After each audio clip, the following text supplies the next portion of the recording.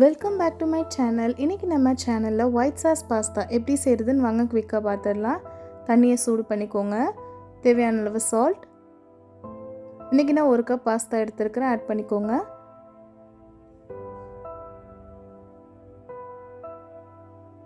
இது கூடவே 1 table spoon oil. Pasta cook ஆனதும் தண்ணியை ஸ்ட்ரெயின் பண்ணி தனியாக எடுத்து வச்சுக்கோங்க. ஒரு சாஸ் பேனில் 1 கப் பால் ஆட் பண்ணிக்கோங்க. இது கூட பாதி ஆனியன், 2 கிலோ, ஒரு பே லீஃப் ஆட் பண்ணிக்கோங்க. பால் நல்லா கொதிச்சு ஃப்ளேவர்லாம் அதில் பாலில் இறங்கட்டும்.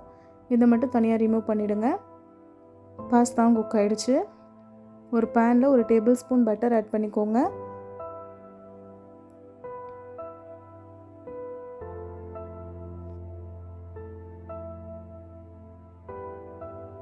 இது கூட 1 table spoon chopped garlic, 1 table spoon onion சேர்த்து நல்லா சாட்டே பண்ணிக்கோங்க.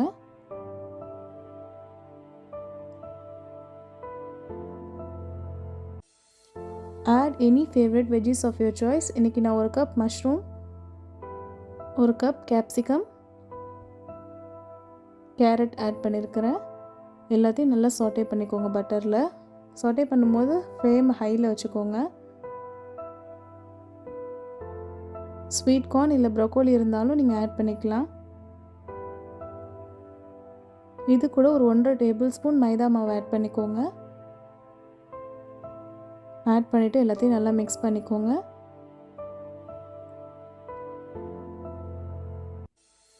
நம்ம ப்ரிப்பேர் பண்ணி வச்சுருக்க பாலை கொஞ்சம் கொஞ்சமாக இதில் ஆட் பண்ணிக்கோங்க.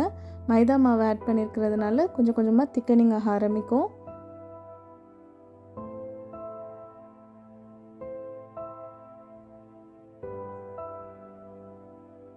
இந்த மாதிரி நல்லா க்ரீமி ஆகணும். தேவையான அளவு சால்ட் ஆட் பண்ணிக்கோங்க.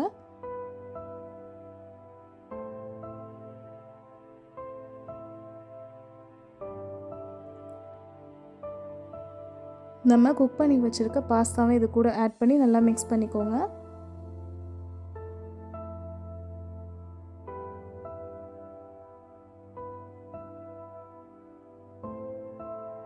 ஃபைனலாக ஒரு ஸ்லைஸ் சீஸ் ஆட் பண்ணிக்கோங்க.